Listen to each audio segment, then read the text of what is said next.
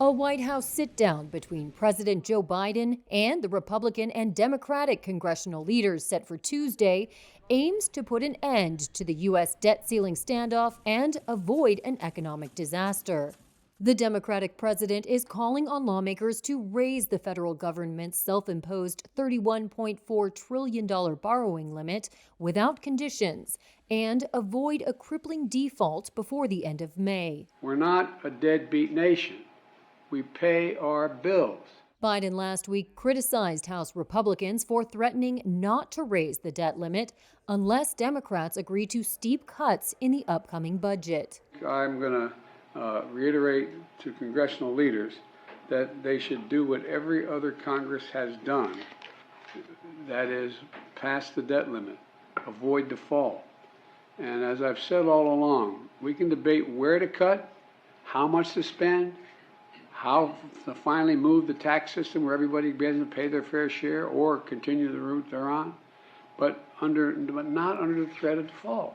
But Republican House of Representatives Speaker Kevin McCarthy has said his chamber won't approve any deal that does not cut spending to address a growing budget deficit. Tuesday's meeting marks the first time Biden and McCarthy have met since February. Senate Majority Leader Chuck Schumer, top Senate Republican Mitch McConnell, and top House Democrat Hakeem Jeffries will also join the talks. White House Press Secretary Karine Jean-Pierre on Monday refused to call the scheduled discussion a negotiation. We should not have House Republicans manufacturing a crisis on something that has been done 78 times since 1960. This is their constitutional duty. Congress must act. That's what the president's going to make very clear with the leaders tomorrow.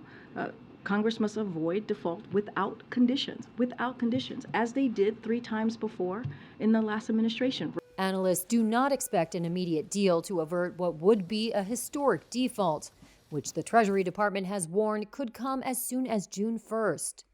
Forecasters warn a default would likely send the U.S. economy into a deep recession with soaring unemployment.